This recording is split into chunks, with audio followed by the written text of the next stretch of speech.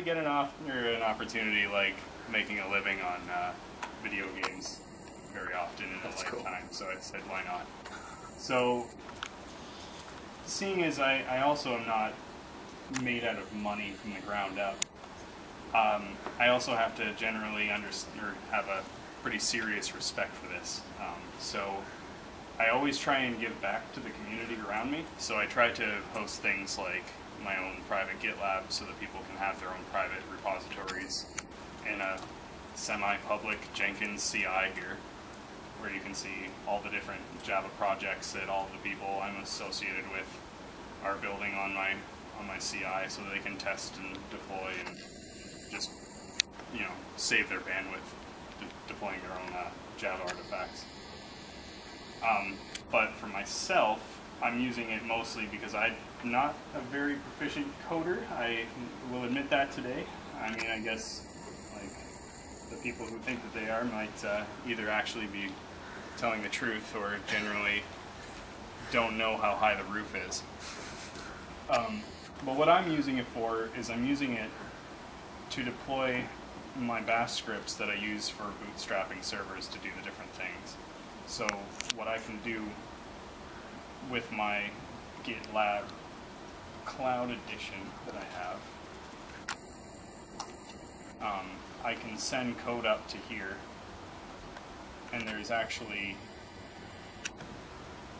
webhooks right here that'll actually call my Jenkins just like the webhooks that are in GitHub.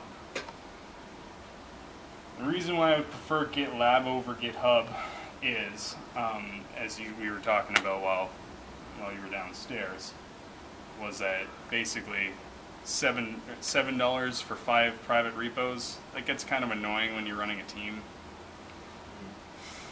I like to have unlimited repos, so GitLab's actually kind of hitting the target quite a bit more accurately this way. Is GitLab hosted? Same as GitHub? They have both. So you can host your own if you're very concerned about your security. Right. And I'm going to get into the list of the different editions in a minute, but you use hosted, or do you I use personally I use a hosted, but if other people I know want me to help them set up something for themselves, I can do that, so that, like, you know, it buys favors in the open source community, so it's kind of nice. I get a lot of really awesome free code. So, but then again, I'm always pushing free code back out in the ecosphere. But well, and I think, and you were saying, I think you started with your own self-hosted one, if I remember correctly? Yeah, I was actually doing it last year around this time. You have to compile everything from source over and over again, basically. So personally, I kind of got annoyed with that and decided to go with cloud services, but then eventually they released the thing, it's called the Omnibus package, which is probably the easiest and quickest route to success here. It's like 5 lines of try hard. That said, GitLab actually gives you 1,000 free repositories inclusive with every account, and that basically means that you're never going to hit the max. I don't know anybody who has 1,000 repos. I mean, except for massive companies, I'm guessing. But the fact that that's free and their profit comes from a totally different direction, and that's Enterprise Edition. Oh, cool. So I actually have some. So can you pay for the Cloud Edition if you want? Or yeah, and at what point would you? And I embedded this thing here. I don't know. It's not really going to show up very nice, but the Enterprise Edition is the version that you can rent a license for, and basically it gives you the ability to scale a lot better. You can use multiple LDAP servers and things like that. I apologize. I could probably. No, that's not how you zoom in. How do I zoom in on Google Docs? I didn't even have any time to like port this over to a PowerPoint. I apologize. A little better? You guys see that all right? Should I make it bigger? So, like, there's lots of other stuff like better integrations with Jira. Well, you know, supports extra MySQL stuff. they don't even recommend that you use MySQL. So, at least not in their from source up. So Postgres then?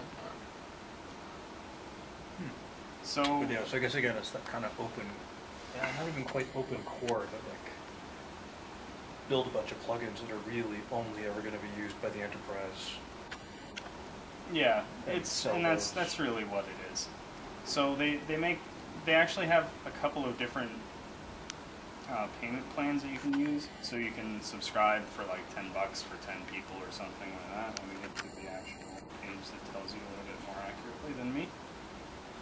So you can actually, if you have a pile of money and feel like deciding the future of GitLab, you can throw $249 per license or per seat.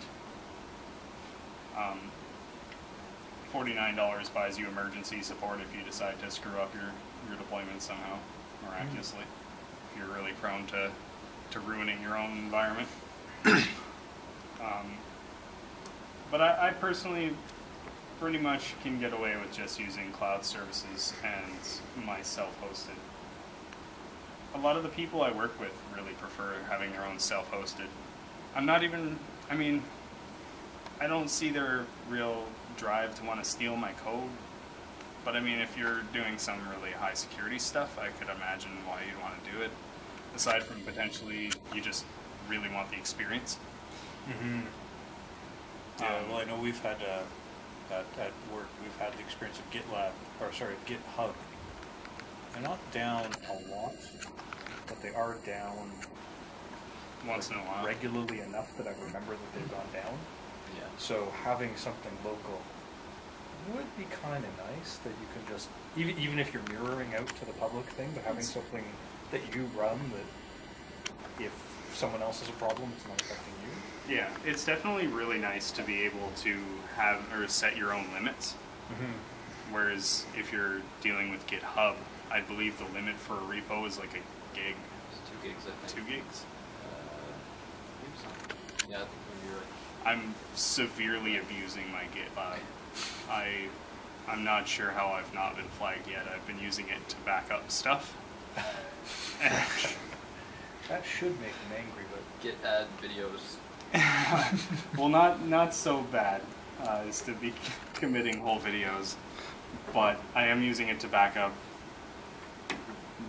a good pile of really tiny files and versions of really tiny files. Mm-hmm. The most annoying part about Minecraft is everything is done in these little 15 meg subsection files of different maps, for example, for the different worlds, or potentially just the player data themselves. And every time somebody moves one thing from one slot to another slot in their inventory, that's an update now, and that's got to be stored as a revision. I don't use it very often. I use it basically as a very secure way of making sure that things don't get messed up in transit from one place to another. I found by some miraculous method of some crazy black magic, I found that rsync isn't even secure enough to send these files from one place to another, because there's so many tiny little files that I've found that certain things just don't quite copy just right. They could just get certain files are getting corrupted. Yeah, they're just not really going, and there's so many files that specifically cherry picking the ones that are broken and root causing them has just become too much of a hassle. So I just decided to root causing a failure, right? It was just too much of a pain in the ass. So I just decided to start turning my servers into Git repos and then committing them to the GitLab, and then using my CI if I need to split the roles up and things like that. So a crazy usage case scenario was actually kind of cool. I was given less than 24 hours to create a virtual environment convention, basically.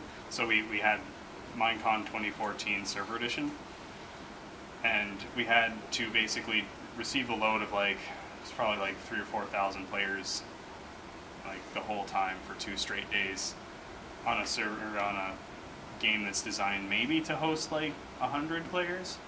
So we had to have one template server on our staging machine where the CI was deploying the development artifacts to. Then from there we had that set up as a Git repository that would commit the code to our GitLab repo, which would call the Git or the CI again, and it would say, okay, you need to take this image, like this Minecraft server, and deploy it to all 7 of the deployment machines in the data center, and then make them perform the 4 separate roles to split the load up across the whole network. And we could do all of this using Docker containers and Git and the Jenkins, and it all just kind of happened magically in under like a few moments. Like it was probably about 2-3 minutes each push. And we actually set it up so it was staged so that nobody was actually getting any downtime either. So it's really quite elegant. Yes. For somebody who went from hobbyist to this, it's kind of I feel like some sort of magician. So, but yeah, so GitLab.